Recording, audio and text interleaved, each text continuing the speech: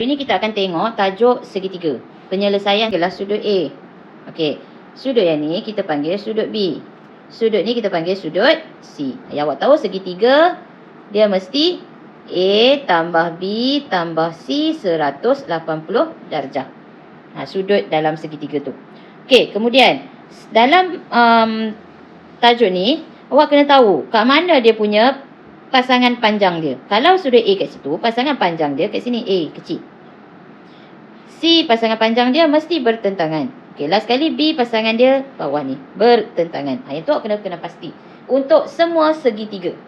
Tak kisahlah dia berpusing ke mana.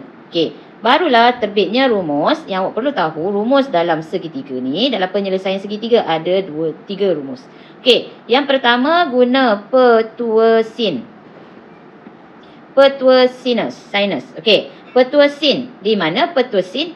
Kalau kita nak cari sisi, panjang sisi, A mesti per dengan dia punya sudut, iaitu sin A. Dia tak boleh per dengan benda lain. A mesti A. Nampak tak? Okey, kemudian sama dengan panjang B mesti per dengan sin B.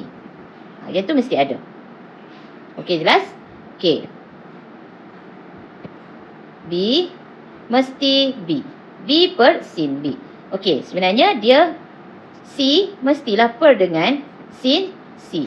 Nampak? Tapi bila kita buat pengiraan, kita boleh ambil dua sahaja. Ini dan ini ke, ataupun B dengan C ke, mana-mana pun.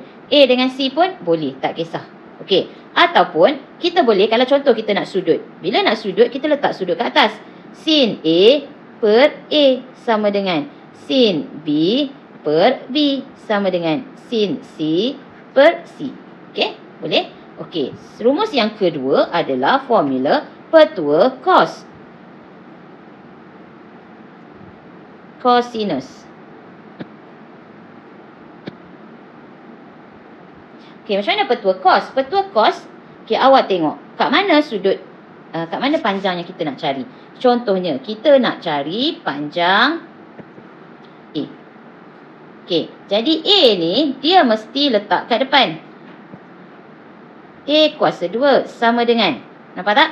Sisi yang lain adalah B dan C. B kuasa 2 tambah C kuasa 2. Tolak 2 darab B darab C. Cos apa? Cos sudut A itu balik. Sudut A balik. So cos A. Nampak? Okey, kalau cikgu nak B kat depan. B kuasa 2 sama dengan, ini B. Mana sisi lain dia? A dengan C. Betul tak? So A kuasa 2 tambah C kuasa 2 tolak 2 AC. Cos apa? Cos B. Nampak? Cos mesti ambil dia punya sudut. Sama juga kalau kita nak C kuasa 2 sama dengan A kuasa 2 tambah B kuasa 2 tolak 2AB cos apa? Betul, cos C.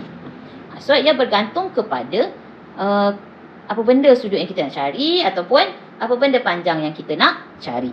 Okey, satu lagi rumus yang awak kena ingat dalam tajuk ni adalah luas. Luas segitiga sama dengan 1/2 A, B, sin C. Apa benda A, B, sin C tu? Segitiga ni,